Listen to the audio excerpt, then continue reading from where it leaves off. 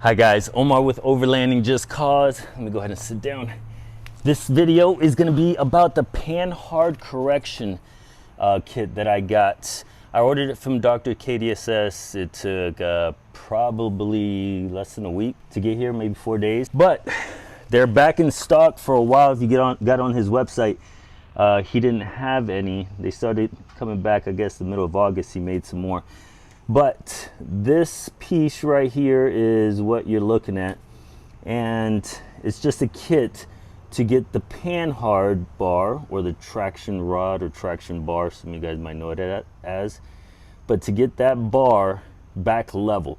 So that bar right there needs to be pretty much parallel with the axle, the rear axle, and it needs to be parallel with the ground. So if you notice, looking at it straight back, that bar is now parallel to the ground. When before I got the kit, this side was down here and it literally angled from here all the way up at an angle. It said in the website that you can see how many inches of lift exactly you have by measuring the distance from the ground to the bottom of the rod, and then doing it on this side and then subtracting the higher number from the lower number, and that was your lift difference. So I tried it before installing it just to see, and sure enough, it was exactly 3.5 inches of difference. Now the kit itself was $200, again from the Dr. KDSS website. It took probably 30 minutes to install, and I like this kit because it's a bolt-on. So very well made, good quality.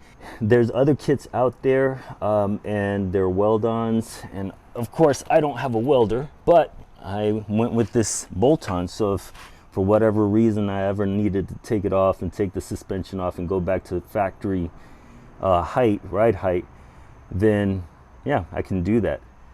Now, what does the actual Panhard bar do? It keeps the wheels from going side to side. So think of maybe driving a highway and you hit a pothole and you get a bump out where the rear kind of bumps out left or right. Well, this Panhard bar, traction bar, keeps it from doing that. It only allows the wheels to move up and down and not laterally. Right, because it's connected from the frame, or excuse me, from the axle to the frame itself. So that means when it's at a certain angle, you know, going down, there's more pressure going on the frame than there is the axle itself.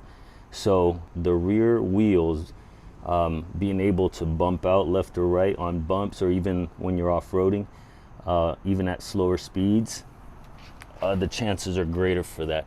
So yeah, I just wanted to share that little install again. Took about 30 minutes and not bad at all. I tightened all the bolts to 125 pounds and that was it.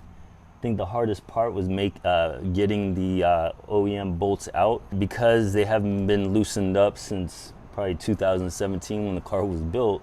I had to spray some grease on it, and then I took my daughter to jiu-jitsu. When I came back, it was a lot easier to take off.